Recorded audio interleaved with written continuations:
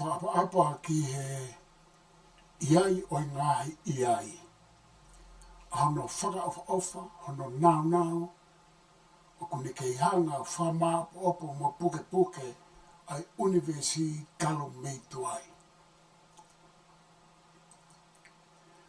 O kou whadoro watu ki he hau e Fonua. O kune awhia mei tau mua. Ka behe ki hongo apa e hau. Whare o haa mohe ofa. Ka ma haa kalawhare. Haa maafu, ma ngahi haa kotope. Pea kou whatapu ki kere tupu ai Fonuani, te whito ke matakari nana wala, o kua nau tolo Kenipelani o kou whaho haa atu nei ai. Pea kuheni pea mo Luseane e Tuita-Nakao Lafitani ki mawhahau ko atu e Polokalama. Ako atu ai ko whatapu ki he kaahine, Princesi, Angelica Lato Fuipeka, tuku aho, o kune mai mo ako heni. University Fonua ki hono toketa. Mabehe ki kau tauhi Fonua, whare a Mafaipule, ai tawhikau lahi o Tonga, ki Australia Curtis tui halangingie, ki kau taki lotu, mo Tonga kotoa be Kenipelani, behe ki Australiani mo Mamani o hau ki Tonga mo mea mai. Oa te whatamake, ki he paremia o Tonga, toke tā isa ke mo ene Kapineti, ai ne awhio.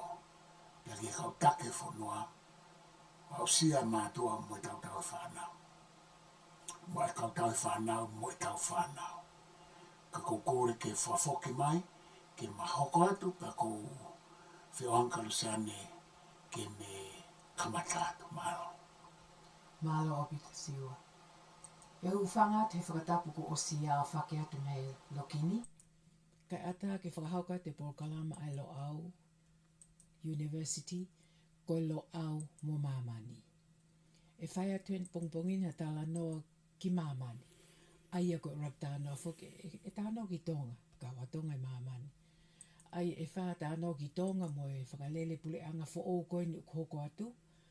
Pea osko ia te tau aulewa ki Mamani ki ngahi mea lalahi koe ni ukhoko i Mamani i he ahoni. Ngai ahoni. Ai koe mea lahi koe topik lahi ma fia tala noa kia he pungpongini koe mea koe kuhoko i Amerika, Europe, Luseane mo Ukraine i he ngahi ahoni. Kai tau kamata pe he pongpongini me he tau tāno ki Tonga. Koe tau tāno fo ki Tonga koe pule a owen.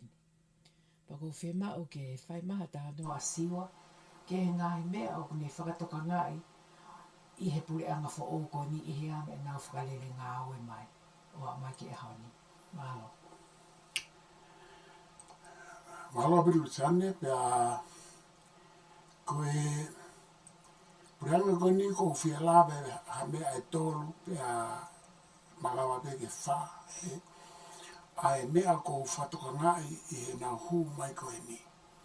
Pea koe whika ulo aki, koe nau whakaamu, ke nau wako, mo nau whiriwhiri mai, hangai mea na e tono no ai pure anga ko tau si toa mea ai, ki lawa ke nau ngā ue ki ai o whakalelei. Whikau aki tau te whito ki he paanga, pea moe Mafaipule.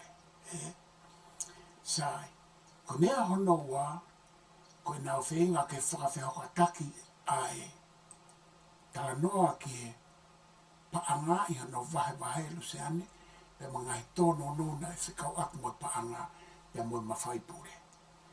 Pe he mea hono Tolu, koe wā koe Tolu, koe nau whenga ke whakarerei ai whaifatongia ki he kakai. Pea koe whaare ko whemau ke tānake ato e pe moe whaa ki ai. Koe whaa, koe nau whenga ke whaihanga hi mea ki he ngāhi, te whitoi i siu pe whakakaukau, na e tokanga lahi kia ane a whio, talo a ene hoko ki he talo ni. Angi koe mo uilelei, koe whaitoko na kapu, koe ako moe hāfua. Koe e Luseane koe ngai mea aia o kou whiwhua toa mai ke whai ki ai e tatala noa ke Kapineti mo pure anga i Tonga. Malo au pita. Ai mahu inga koe fo ipoini koe nei wha siwa. Ke tau au tahataha. He fo ipoini koe nei wha. Ke kamata mai mo a tā no ke ura poini. Io koe ulak poini Luseane koe anga hono ngā ue whakapoto aki ai paanga moi Mafaipule. Pea kuna usio rewa ki ngāhi mea. Nei he pure anga hoa ka meriku mata na IKAI ke ngā urelei aki ai wahe pe hono whaaunga e paanga mo ene whikau aki moi Mafaipule. Ti whakatata, koe mea o kuna ohanga to'o he ahoni o ngā welai ke ai kono whotu koe kautaha lulutai. Tako os as mai me pure anga koe niu nau pe na lahi au bito ai o me aia. Na IKAI ke fou he lao pe fou i e fou ngā ue anga mahene ai pure anga. Aia pa kono whakatata kau ose ake ki fou whakatata koe hange koe ni. Kuna usanga to'o ai tare kita koe lulutai me pure anga ki apawase. So ito, ia i kosi. A whitoni mai a whitoni paro. Ko pina koe mi sa koe business enterprise ko. Ono Polokalama. Me muna. Ito sa koe pala was ia. Lai mene fe utai. Lai mene fa. Ko tani fo mai ki mai mai. No ke mau e ko fa ana ya ka mai. Yo fa tolo fa tino. Sa tu ia posa kan mai ai pa. Ai ko fa ko mai ai ka. Ana ko no kan ko viti. Ko no fa ka ta. Ai ai ne. Ilo ko ki singe singe. Fa ai ka pa ko. Ko no fa ka pa ko mai. Ki ha mo si ha na ni fa. Ai ko fa ka ko ki. Fi mau ke. Si ai ana ba ko. Pa ana fa ko ta ki mo. Mo ni ka pa mo fa ko. Ko pa mo fa ka. Io, malo o pito siwa. Ko hunga ko tau tami fefeke ke amua ke poini hono ua, ke tau o step watu pe. Ia koe poini hono ua, koe whawhe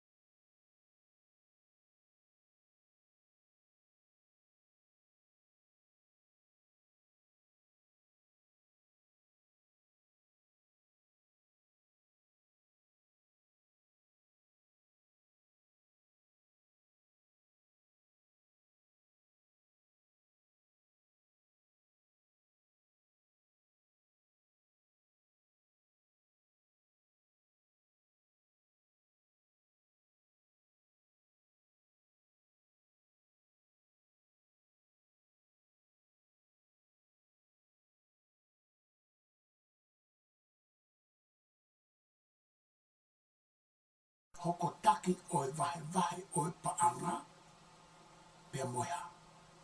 Whawhe hoko taki pia moi Mafaipule. Anga no ngā ue ake Mafaipule. Luseane. Pia kuhera wa pure anga koe ni na IKAI ke whakatoka ngai ke ngā ue lelei ake. Ai wahe oi paanga pia mohono ngā ue ake oi Mafaipule e he kautaki.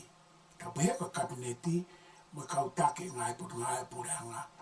I ngāhi mea ni i paunau whenga rewa ke whakalelei IKAI ke toe whai pe ai wahe o paanga o makatu unga ko inga ko hao mai pe kwa kai. Ka whenga me ke mai ama wana ule Fonua ko sinto wangu. O hoa makakai o ngai prosekto tong ke anke sa tui mai. Aia ko whaera ke whakasisi e tau hanga ai e Mafaipule o ke tau Tolu o ai pe ha whainga mea ke au ke ai paanga. Maa kwa mō.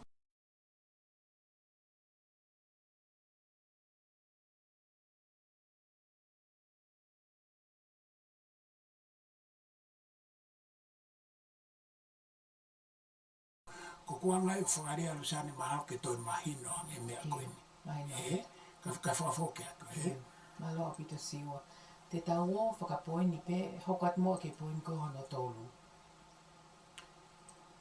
Io malo o pito koe poini hono Tolu, koe ke toi lelei ange anga e whaiwhatongia ki he kakai. Ke toi lelei ange ai whaiwhatongia ki he kakai.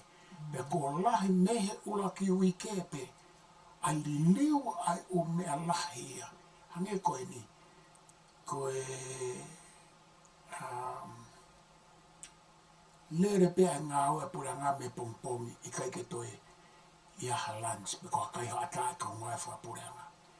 Ka ofi mo sirini na fa ave ke nau kai ho ata ake. Na wopo ta ka mai nau me kai ho ata. Fa si mo u kokteila o more e pa anga. Aia ko ka ofi koe ai kai ke ai a koe fa lere koe kai ke te a kai ho ata. O kui kai ke toi ai ka ngā fa o pe toi anga nau vahe make. Koe nau whetongi tongi aule kau tamai pongpongi, o whiofu mai ke tātā kai kau ata, whok mai nau tolo aule kau tamai wahai, tā hāki he ua kai ho ata, whok ai koe hanga ia koe hono whokatūtu ulu sean. Okay. Koe uwhakatā ia ke toi sai ange, he kusi o mai kakaia tamsi pe mapuni ho ata. Iyo, o ko mahi no ele vai siwa. Ai o kai ko pe mai o tai kai ka mau vai. O inga e ave ofisi o fu me la cha. I koe kono whakarea mahi no. Iyo, e o mau te o mau malo pe lunch. Okay, that's good. Sai o pito ia. Kai ke koe po ni hono tolu. O no fa.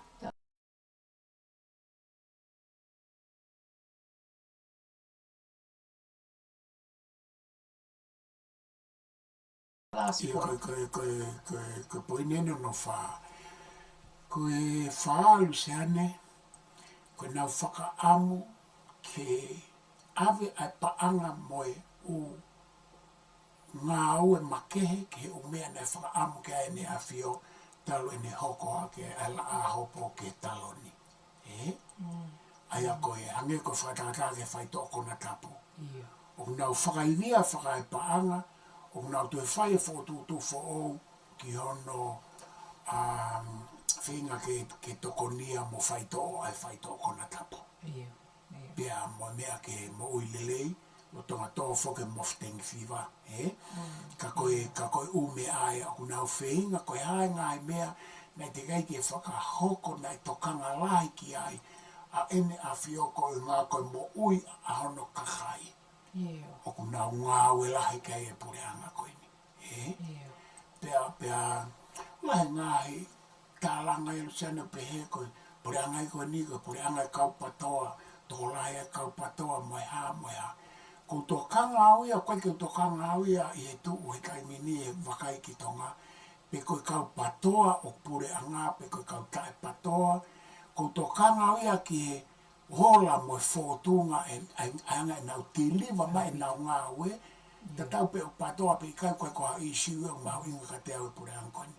Ko nau koe o whina, ai ta whai whōmiu, plum, suits, ai koe ana koe ka kapapapang. Pe tau siwe waheni, pe koe hae hola e nau ngā ue ka aku.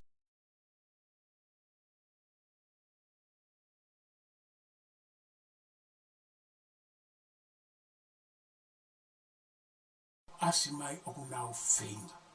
Ke whai ai ngāhi mea, ke e tau toi le leiangi, pe ma ngāhi mea, ke mono ngāhi tōno no me mo Luseane whawhokia.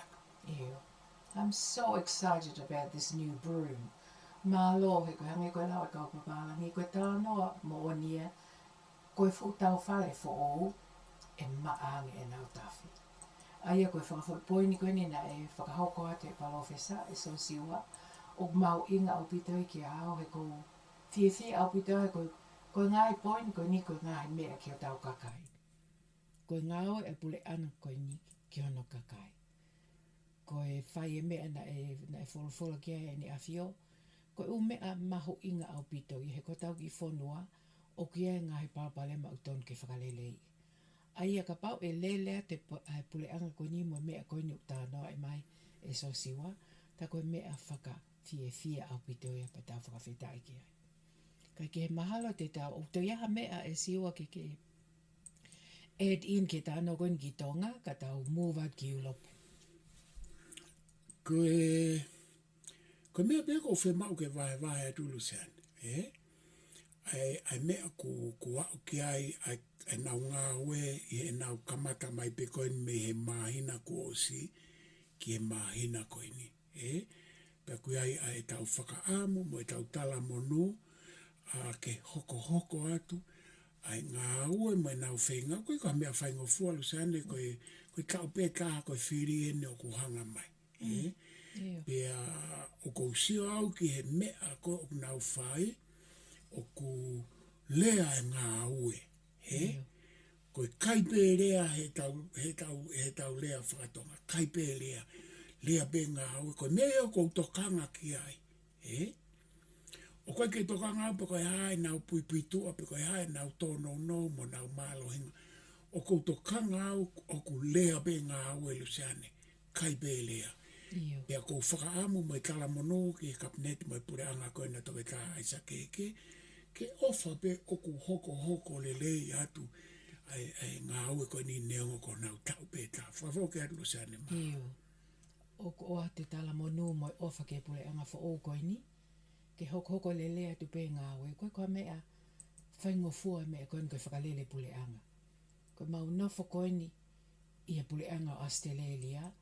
O kia e mea pule anga o ku nau whai o koe ke mau loto lelei ki ai. Ka ku pau ke nau whai o nau lelei ta hake whakalele Fonua koe ni. Aia o tau o te ofa mo tau loto ke pule anga Tonga. Mo nau ngai taki ke hoko lelei pe e ngahi ngā oi koe ni. Ue ngahi liliu koe ni ke Fonua o ku nau o mai. Ke Siua ko whima o ke ta ki i o atu mua ki i Europe. Koe fu mea lai koe no hoko i Mamani he taimini. Koe mea koe ni Ukraine mo Luseane, Amerika.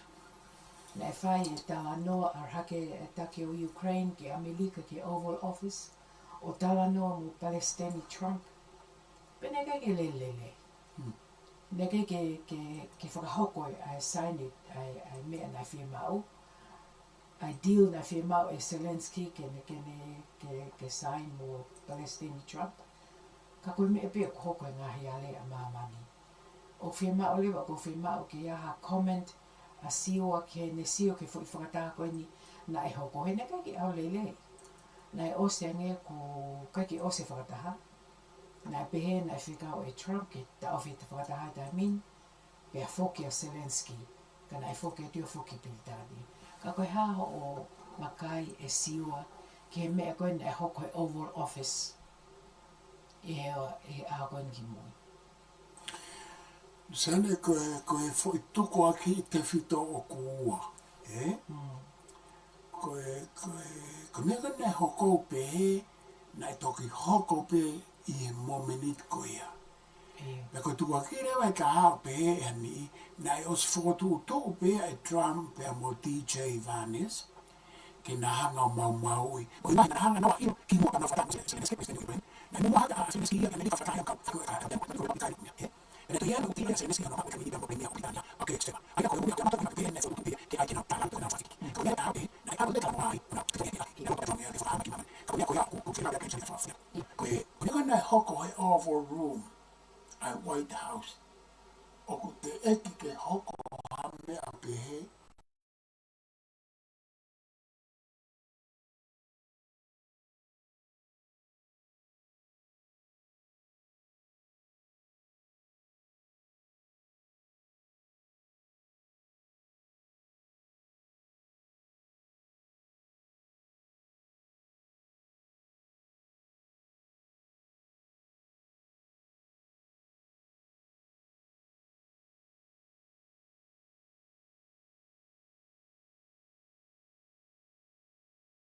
o ha me a pe talo fo tu o pure anga Britania e senturi pure anga Amerika e senturi ta malo ke a rato hataki o tālanga i pe pe a moe Palestine o Amerika o ku lauia e tu a Mamani whawaha pure anga koe ka e whaapa pe ku lauia me Amerika ta he ko ku henga ke ai he ko Superpowers ko sana ia ko Fonua ia o pure taha marunga ka ne pure ka ta Mamani ko Amerika kai ke ka koe ka ku hoko mea te whawho ke atu san Iyo. He kulahi tala noa Siua pa ko tau tō whoko e kau Observers Bay. Ko tau mea pek whai, ko e siofi, mo whanongo, mo e ai e tau whahinga whakaukau ki ai peko hai koe mea ku tonu. Ko mea peko tau ilo i pau na i tonu, a mea koe ne asma koe me whakataha koe ni. Pena e ki i breakdown e whakataha koe ni. Kai ke he pe arat whakoe a Zelensky koe ki Britania, o pehena aratia o whakataha koe mo strama, pane e o mea kehia na e hoko ai. Aia ko uhinga whakoe a Pilitania, ko pau ke ui ka atoa mai o whanua Europe EU, ke homi whakataha e ke sio pe kaha na mea e whai, ke ko hange ko ki tuki muia Amerika i he mea koe ni he, hange ko ki tukuange Amerika, ki li aki Amerika a Ukraine. Fia ma olewa e palemia a Britania, ki ulope ke nau tāno pe kaha e nau tokoni, koe ni e whai ki Ukraine. Fia ma o ke komen mange he ai whakataha koe ni ai palemia o Britania, pēr mo Europe, u whanua koe no Europe. Ia, koe hanga tola a Zelensky me White House, hange ko tānoa ki Britania. Ki mua atu ai, na i White House a ke stema, a palemia o Britania. Sai, koe mai whakatahina waka nei, i ai si a Zelensky me Britania. Aia koe, whia kani he kapaka moria, tokoni tolu miliona waka Britania ki Ukraine ka lewa o se koe koe, uke ngai whakatahina. O tolu miliona kai oa ni minus ia a Ukraine ki Britania, biko koe na, uke ngai tokoni minus. E minus kana e uke ai, kama whakataha koe Zelensky mutra, e oa ni Trump sewe koe, oa ni minus. O si whakone planga e seti pofa, ke oa minus ia tame Rusia, Rusia. E tamai puti koe, e tāna koe whitiki a Zelensky mutra. Ule mai a puti ia e whiawhi koe, whanwhai e kai koe whiawhi koe, ka oke hau sari ke kawhi. Sai ko tūra wai kai mini, ko mea ko toa pēna e kau ki aia Europe he o se tau hono ua, hange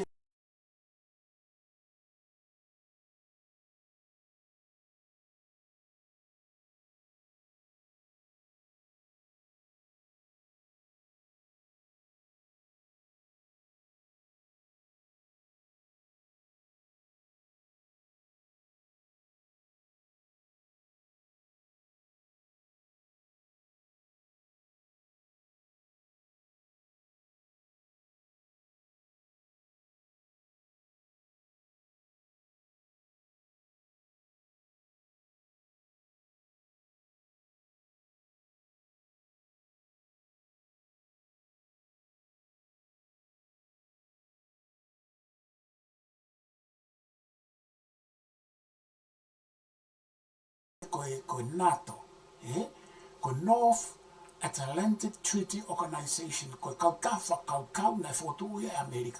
Ko Amerika o pure ke NATO. Na ni fotu rewa ke ngai whanua Europe, koe ngā ke nau kau whakatapa, nau kau whakataka pa e te a whanua e hao hofi nau tō. Koe ngahi organization koe a Luseane. Oku i he malu e Amerika. Sai. Koe kau alu koe ni koe, ku fo o fo I mawahe a Amerika he fo I mea koe ni te kai ke hoko. Talo ene poke moa I Europe me o se tau ono ua. Pe mana tui fo ke kau tuu whaka e Mafaipule, mo a Amerika pe o lunga pita Amerika hoko ake ai a se aina mo Lusia. Whakakautau, whakapaanga, whakateknolosia mo e hafua. Whakawhawhitau ake. Sai. Koe mea koe koutokanga ki ai. Koe fo I liriu lahi a Mamani, ke alua Amerika tuu he tawhaaki, kai fute ai ngai whanua Europea ki nau tolu he fo I parapare makoini. Galamai e putani, ange koe tāna putani. Koe whanki whanua koe ni mneuia koe whanki small nations. Tamai hea Luseane koe whanki whanua iki, pe te nau whaipe nau tolo e mea o hange koe whanki whanua iki. Mandui ko mea koe ke tau manatui, ko Amerika pia mo siaina oku whaapa ke a Luseane Mamani. Pe ko whemau ke whamama whai. Ko Amerika pia mo siaina oku whaapa ke ai e Luseane Mamani. Pe ko hono kau mea o whika hako siaina. Sai. E tū koe ni, ku whoki mai e kau mea pia a Putinia mo tani whaka. Ko te hawa me whia o kau mea pia mo Lusia. E ka kau mea pia e rei mai Amerika e whia mea. Sai. Ko mea ki whoka kau whia kua nako. Kai ki tamana tōwhi ko mea ni Luseane ai hama I Britania. Mo Franse koe o Mafaipule ni kia pao. Pe kui naua I ko Mamani koe Great House. Ko Great House e whuma o koe na mi kia pao. Whakala. E kui mea whanua o mi kia pao. A whakala o mi kia e mo I wane e ki na kau I whau mi kia pao. Ko sku kia koe honoa. Ko na whumene mo whaki na whau mi kia pao. Ia ea whakamamana. Britania, Franse, Siaina, Amerika, mo wheka raka. Nani ma. E mo koe Siaina, Lusia, Amerika, Franse, e mo Britania. Koe na whanua e koe nao. Koe nao I he permanent members me nipa. Ta whakatara na te I Security Council. Security Council koe whakapoko nia pe koe Kapineti. Kapineti ai United Nation. Pa wale mana foi fare area lai ko General Assembly ka whakaosia Luseane kai o atu.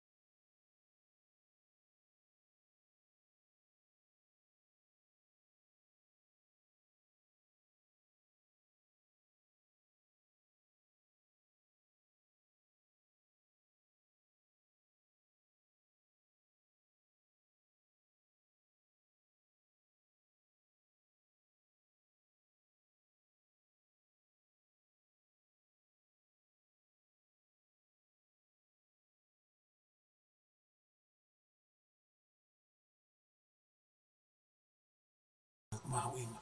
Ko Security Council me mipa maupe ta ngata ya France, Britania, Amerika, Amerika, Lucia siaina. Foi ni mape ko ia. Ko ka me mipa ta e whangana ngata. Pe ako me mipa ka me ngai Fonua Lalahi ka koe ke now permanent members. Pe ko tuanga reo ngai Fonua mna una whanatolo he whare area. Ai koe Kapineti General Assembly. Ai no whakatoa e o Fonua. Pe koe mea o Maari e Luseane. Ka mea o loto kia General Assembly pe ku pāsia nau tō. Ka o maia ke security, koe e fo i mawhaia kui koe VITIO. Lucia siaina Amerika. Koe VITIO, koe nau pehapena tō. Ka pae i o maia General Assembly ka fo i lao pehapena tō. IKAI. VITIO peha toko taha. Mate fo i lao koe. Ka pae VITIO ka atoa e fo i Tolu. Lucia siaina o Amerika. Koe ne mate a pito ai fo i lao koe. Hange koe ni. Fo tō mate ke fo i hau peha a tō mata. Ka mai e General Assembly. Tō kira Lucia na ngana o ofana ui aioi. Ara ke security council. Kena kai mai iyo. Wai mai ia France o Italia. Ka mai e Amerika i Lucia mo sia e ke ofana ui e Lucia. Ai koe VITIO no. Ai koe hai. Ai koe tau fene. Ai koe fa fone ko ka ni ia na ka ia sane. Kuna ono mai a Amerika ia mo Lucia mo siaina.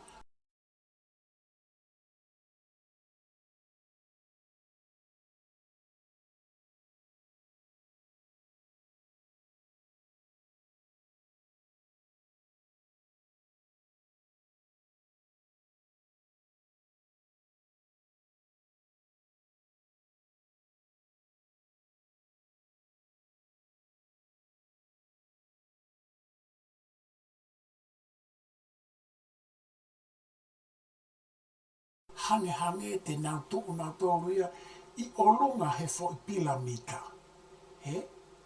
Pe tongi hoko he a ngai great powers, pe tau whai fo le wai fo i pilamita koe e tau tō wha Mamani, pe a ok fo o abita fo i mea koe. Koe hai kaimina e whakatahai fo i Tolu koe ni Luseane, a Lucia siaina mo Amerika. Na nau whakatahai tau o no wano tau i sea mane. Pe koe nau toi fōk me, no whakatahai fo i mea koe ni kai whakatahai kia to, Iu.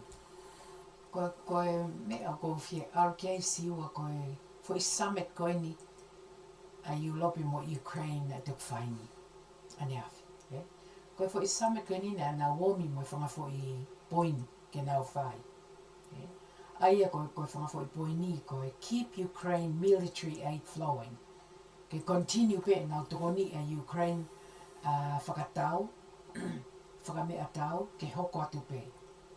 Koe fo i poini tā ke o mai maopea Kiev, o mai maopea Ukraine ki he tēpile, i ona whai ha ngahi tala noa ki he peace. Koe fo i poini tā ke ta ofia Lucia aggression. Ta ofia Lucia me ni hanga o whakamamahi a Ukraine. Pea koe fo i poini lewa taha Siua ki he coalition of the willing. Ke ai mangeha o whakaukau, ki he ngahi poini koini, he fo i summit koini. Maho inga pite fo i summit a Europe, pa o nau tuu mai o nau whipiki ni mamai a Europe mo Ukraine, mo Britania, i he fo i summit koini, ko nau beene o nau whia mau. Ia tā malu sai sane ke tā alo he ngai poini. Tā hoko hoko. Iu. Ka ke o mai moa e ura poini. Ke i tokoni i pe a Ukraine. Ke ai ke ave ma o pe o me atau Sai kau ki tari ap kia. Koe, Luseane koe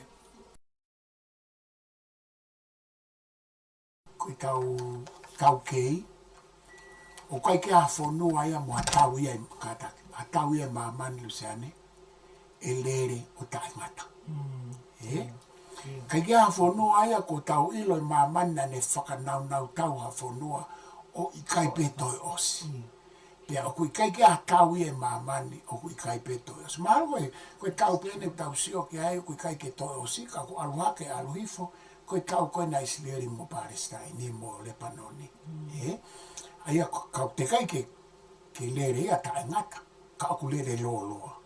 Lele pe tu pe lele. Pea lere pe lere. Aia matemape he na koe ni. Ka koe ki whai.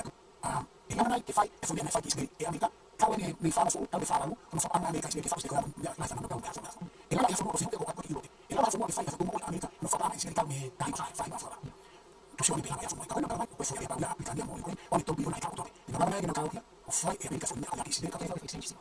Ka koe koe koe lana e koe koe koe. Koe ni hana hoko. Ke o mai ma o pe a Kiev, a Ukraine.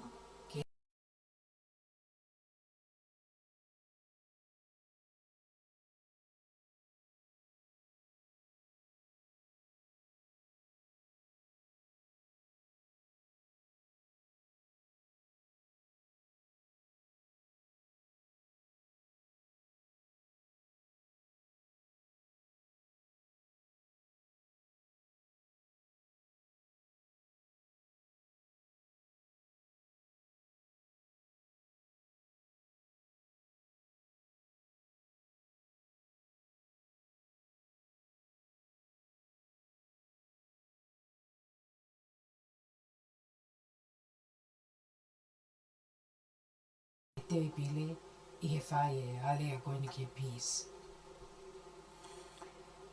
Ia koe foi o hinga whaka mea koe a Luseane ko honori aki koe ni e Lucia pa mo Amerika.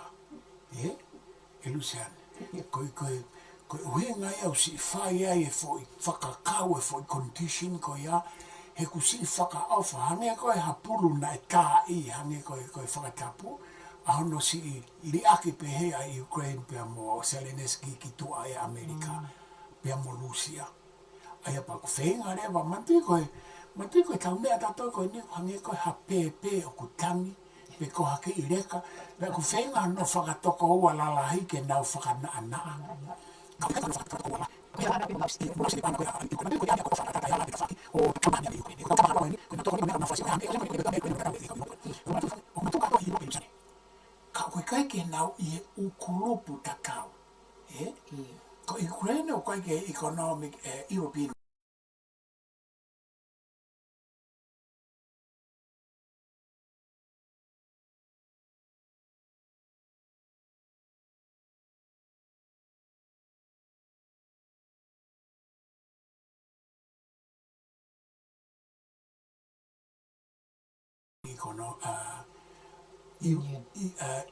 European Union o koe kai ke kaua o koe kai ke kaua NATO. Aia ku toi Maria e tau tānoa tato koe ke kaua Ukraine ha kulupu a Europe.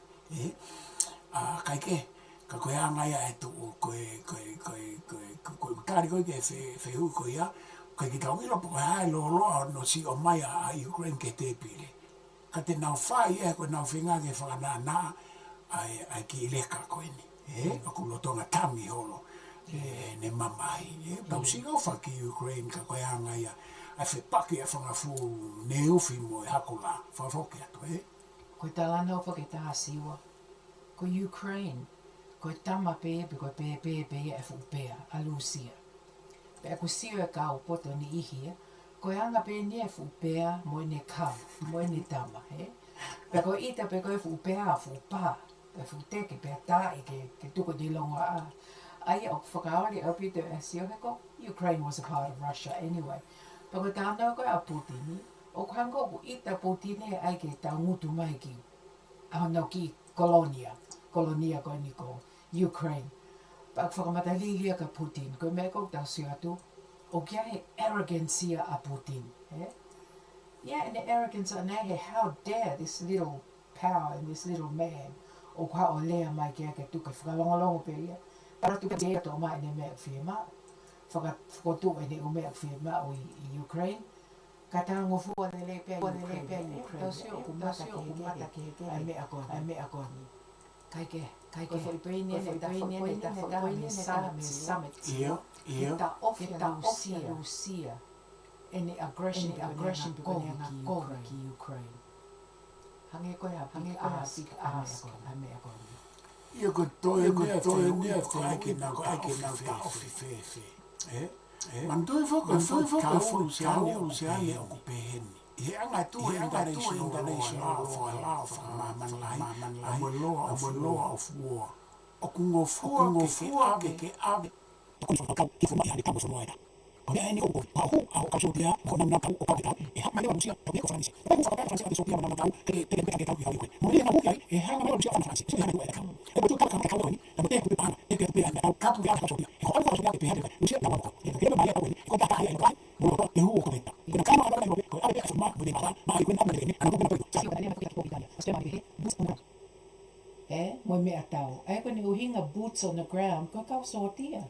So does he mean e o te boots a kau tau mei pidani, ke mea koe ni? Ko mea koe ke tau ilo i Luseane. Pe kone uhinga ke oange puti ke tui he kau kama koe ne a Ukraine. He ke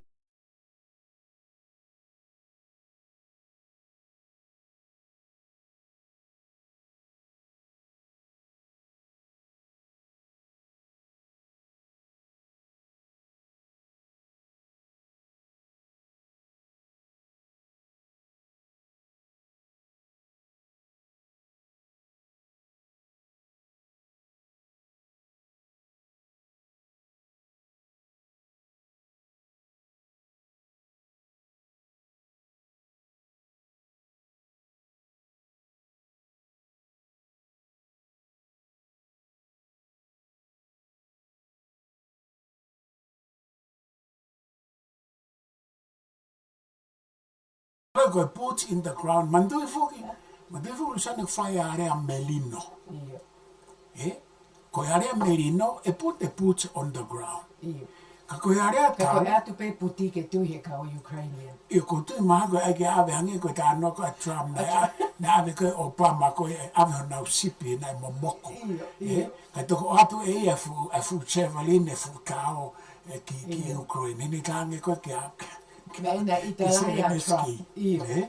Ka koe mea ia koe ni koe a rea e nia hangi koe tau rea Tonga Luseane koe a rea whangafu neufi koe whipaka e neufi mo e hakula. A lea Lalahi. Aia koe tau rea Tonga o pe.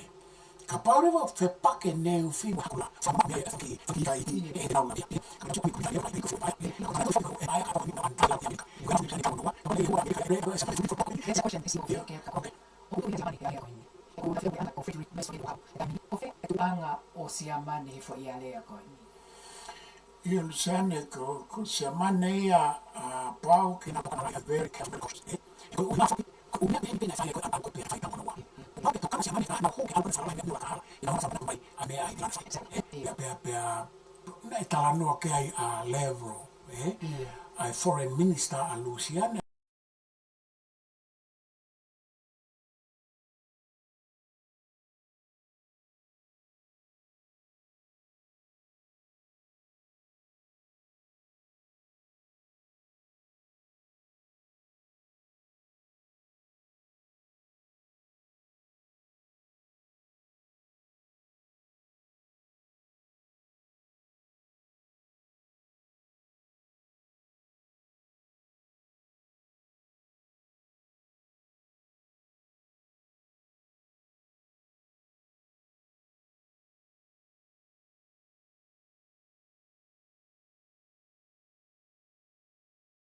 Ka no ka he weekend.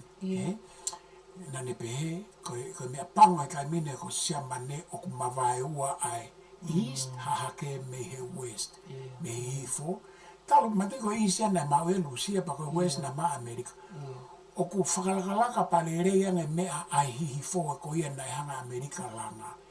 Ko is ko hake nei whakaofa he ko ia nei langa i Luseane kei ke fu langa hange ko langa i Amerika ai hihi fo sia mane.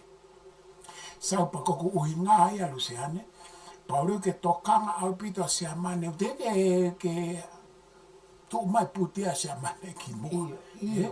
Ko pirikani ene o tu mai hono puti ki mua.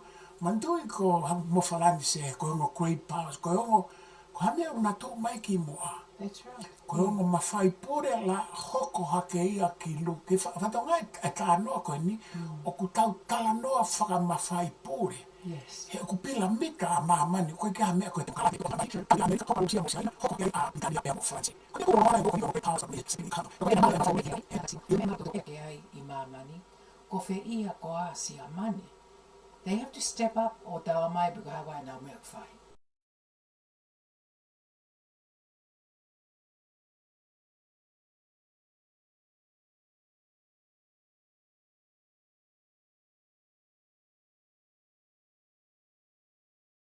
Where do they stand? Ko taimini, ko where do people stand? He? O motu o ki fe. Pike a furo a pite ngai Fonua ia Luseane hange ko sia mane he koe mea pe koe lao koe mo tu uni ai nato. Ka pawe o hofi e ha Fonua ha me mipa nato kua pau ke tau e nato pe te nauhanga malu. Pe a kui loto sia mane he nato. Ka a kui kai ke up front mai mo forward mai ene asi. Ki toi toi. Ki toi toi e a bukai sa mani. Ki hana mai watu. Whakau ke sa mani whakau. O whakasio. E kuia mai whakau. O whakasio mani whakau. Sa tau whakasio si a kuka tension si o. Ko sa mani kiana. A kui a kuka e na kui ilea e whini. A small Luseane. Ani a kumeri ki Britania. Ma rātu kaiko. Na behe e Mary e Luseane. O kune whakamea pango ia he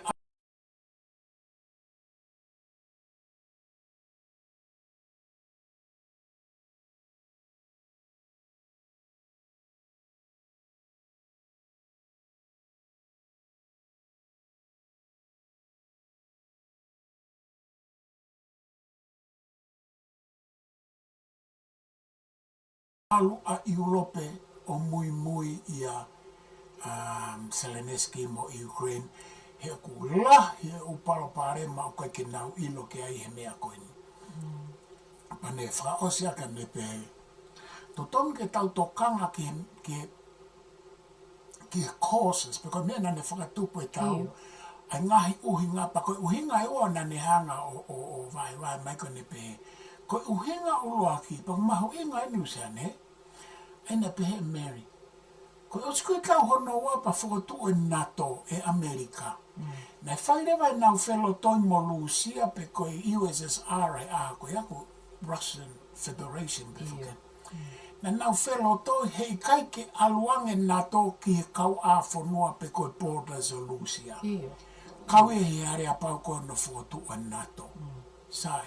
Koe poini hono wana ne pe whemau ke ilo tupuanga e tau koe ni ma mahi a Lucia, e hanga e Ukraine, te mono KATAKI, o ngahi ko via tāpalasia whiriwhiri mana koi.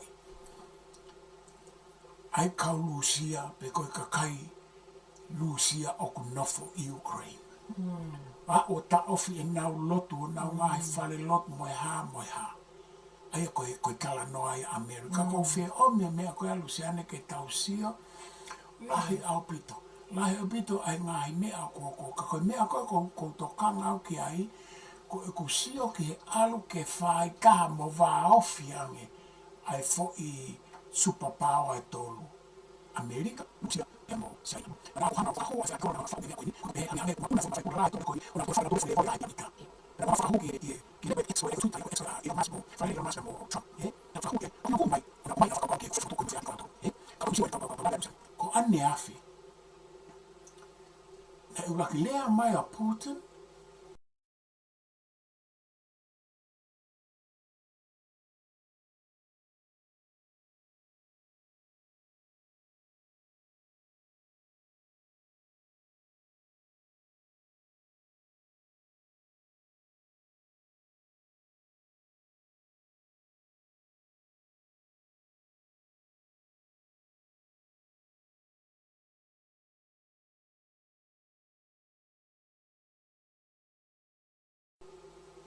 O si pe koe ai tālanga mo whakawhekiki koe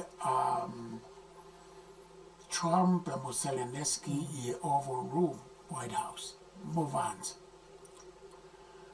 Lea mai pea Putin i he fiafi ko ia. O tala mai a no vā mo Amerika. Pea e tala noa, ko whemea ko whia ai Luseane, e tala noa mo Jinping o siaina Palestini, ke nau ngā aue mo upoini whakatu watu e Trump. Sai, tuku ai. Ko anea whi, ko hawe whi ati kolo me Foreign Affairs ko ia a Lucia. La i kā mai o Putin mo Jinping. Tala mai rewa whi ati kolo, nei tuk osi e tala noa a Putin mo Jinping.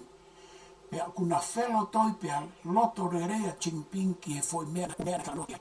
A Putin kia mo, pea o mati toi ne whi. Pea pea whanua a Jinping, e ngā whata Rusia mo reka kia mei mai tau i koe. Pea pea whanua kia ati kolo lau, whawe pea skuna Elon Musk mo Trump, a ex whai e tala noa e ne koe kia paska nei. Nei ai, mata, e toi ngā whata hane whata koe ni kia na toke. Pea au ngā whata whata koe ni kia na toke, o so tō toke tau ati kolo lau, e malawa ke uia, koe New World Order. Koe new, koe foi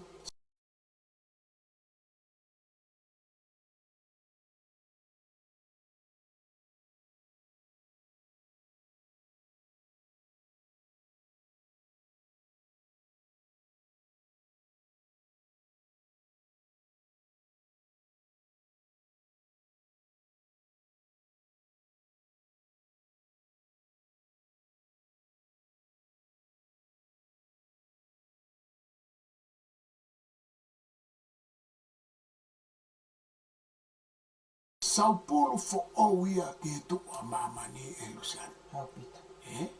Ai apa koe, ne amai tari a koe ai PSX, ai Network X, ai Elon mo Trump, na maari au pita. Hau e foi tari e ua pe tolu hanga tonu me nau tolu ke kawa ati kolo, ka toi huma me o tama komen mai. Pau whakamaro ke te ai au ke mau tālanga, nai umea na nau whelo toi mai moa, pai umea ne ke nau na hangi ko nau whakawhehu i e foi fotu atu e lo au e ngā unu e foi Superpowers e Tolu ke nau i ha foi re voluma ke pe e lava ke lau ia koa New World Order. Ke Luseane whawhoke atu, Iyo. Koe foi poini whakaosi ko tāna ke summit Siua. He ku lead mai foki o ku taki mai foki e Britania, ai coalition of the willing. Ke Europe ke nau whenga e ke ta ofi tau koe ni. Pe koe whenga ke nau hanga o keep Russia away. Tokoni i pēa a Ukraine. Ange au tā anoha o comment ke coalition of the willing. Ia koe Luseane koe coalition of the willing o ko hange pēa koe NATO. Hange pēa koe European Union. Hange pēa koe ngai kulupu nei whotu o e Amerika. Koe coalition of the willing ia koe osko no whanai foi ka wai New York. He wā whe mātaha. Koe wā whe mātaha. Koe whanai nā ngā e kaise puso o mai foi ia koe. Coalition of the willing. Koe kawhaka ai loko whakaka. Koe mai coalition of the willing. Koe kawhaka o toka whakaka. Koe angai whakamai. Coalition of the willing. Sai, koe mau he kuna coalition of the willing. Koe kawhaka mataki. Koe mea whakamai foi ia Amerika. Coalition of the willing. Sai, e ana whawhewhi ai ka meni pa. Ai nofo mai Palestine. Coalition of the willing. Koe kona baia ke stema ni tamai ania. Ne kai mate fontia. Miko Trump foto hoi. Tala pao ni mea koe. Nemo toke vem sai na Luseane. Ka Amerika koe whakamai kai ia. Ia mea koe Mamani. Mamai koe ni foto mai koe bricks mea mea kena. E no lawa no whakamai mini economica me no whakamai pāngai system. O te maro te pāngai Amerika. Ia koe ka pāngai. Te ia foto kai na pāngai. Ka pāngai Mamani ka ni whakamai kau ki Mamani. Ia koe ka pāngai. E koe meni o te pāngai Mamani. Ia mosli. Te Kisa ia ia whawhewhi. Tau si tuku pe. Ka pāngai koe kuane. Trump koe koe wili. Koe si whakawini ka tisa whakamai. E koe mea Trump. Koe mea koe whimau ia Trump ka koe meni pāngai Zelensky. Ka pāngai mea ia meni e kaukia. Ka koe koe si whakawini ka kia meni e kau kaukia. Sa kina e koe si ka koe ke kau kia. Koe ke whaka. Kini kau Trump hefe kaukia meni area nai Luseane. Whakaukia Luseane. Koe Siua. Koe mea koe nuku hoko koe ni i he summit. Ukraine summit koe ni. Hange koe o koe pehe. He ko ospe koe pa tau whanau lewa na telefonia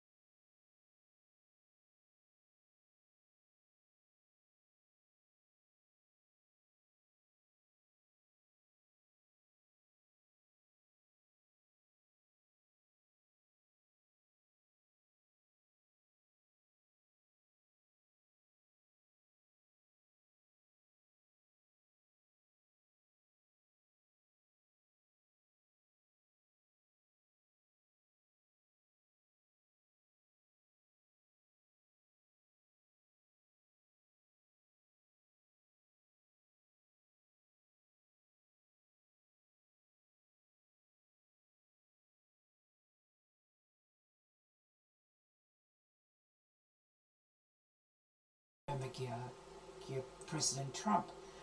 O ko hange koe kia te au ia. O ko report ma o pe ia kia Trump, but te live Trump. Koe me en koe te utalatu ke mo lava fai. You can do this. Koe whenga e pe whakoe ke loto lele a Ukraine. Fulonga a Ukraine mama. Tāne mahal e Trump. Okay, mo ato ai e mea koe, pa mo ai mea koe. Hei kei te mo ai e mea koe. O tatau pe kusio ki bidane, o kusio ki whalansi. Hena e toki ha oini a Macron mei Amerika, nei aro talanoa mo Trump. Ai hange koe ko talanoa, koe fu superpower ai. Koe niongo ai whai hole whanki meeting, o koe ka whanki meeting, ai o meeting maho inga koe ni, a Europe mo Ukraine. But at the end of the day, ke lava whaiha o decisions Lalahi without the massive superpower o Amerika. E ke lai Luseane, o ku whe whaka apa aki a Whalanse Britania mo Trump. They have to. E? Yeah. He ko uinga ko hono, ko hongo alai mo onia o Coalition of the Willing ko Whalanse mo Britania. Yeah. Me toki kau mai kia e toinga. Yeah. Australiani ka wat kia i ko whewhua.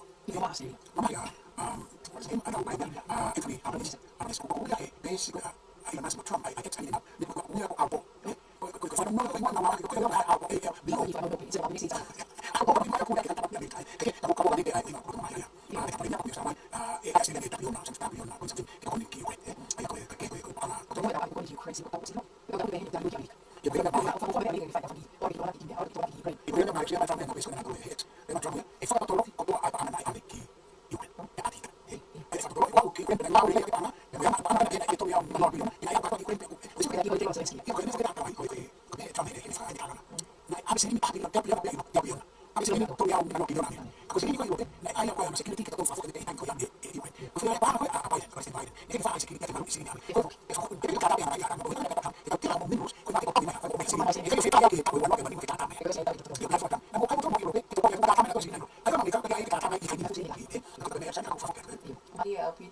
Siua tau tānau koen ki. Whakafu great powers koen we nau tāla noa.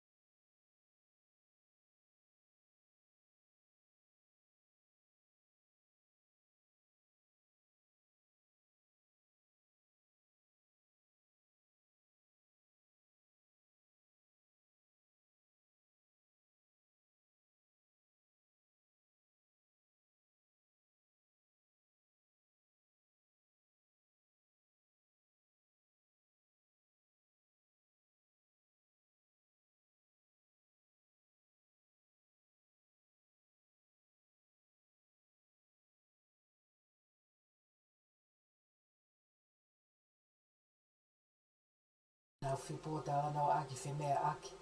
Hange koe tāla noa a taki ko Britania, pale me Britania, nane pē mai. Ko hawa Mamani ki he manga whā. E alu ki whē ai. Pea koe me e koe te tau siu he taimini, e nā wak mai koe ki wha i manga whā, ko o smahina ngahi Fonua Lalahi o Europe and he now for summit going. I thought I Africa te na Africa ai. Os mahino ma Amerika mo Lucia. I thought I Africa te na Africa ai. Ka ke ngai Fonua mahu inga hange ko sia mane te ke now asimai o pe mai e now me e fai. Ka fe ma o ke now omo. Whakaha mai ho now kawa. Sa ste rea nea ko tau whakamahino atu e tau tuu. Koe mea maari e... Awe tau ki Tokonaki. Mea maari e ko lea atu he e tau pe mea. Kakamaari, kakamaari, kakamaari,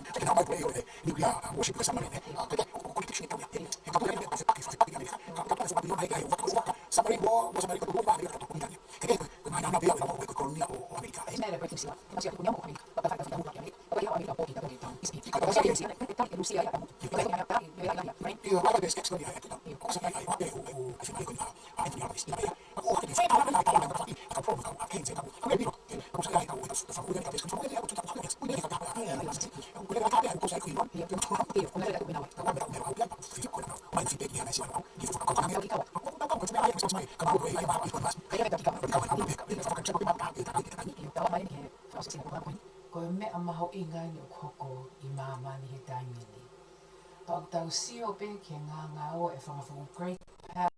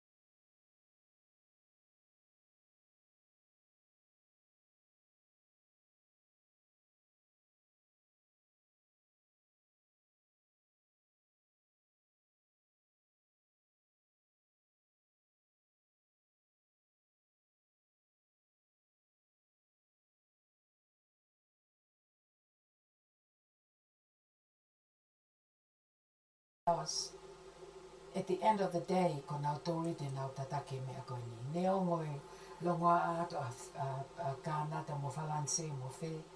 At the end of the day, ko decision e help e me great powers koe ni.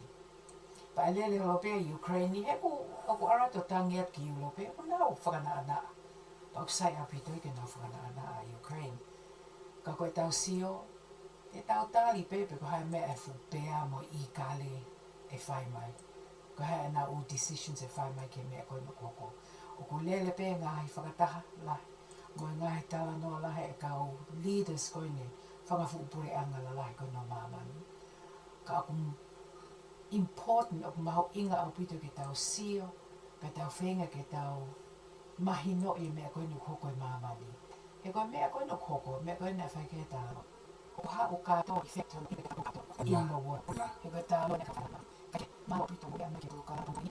O koe o whahi, especially sa les kau fusi. E tō me no whenga e le tō kāpuni. Maho pito mo mea o whātu. Malo bito o fat katoa ki a Silampeti mo ai fuana mo tokoni mai o tala mai e palpare mate e ma dere ane ua nge ko tāna Luseane o whara ke sales toko ua malo au pito. Nai lere pe ki kāsi hen mo sales e ane na o whakakoni whakisene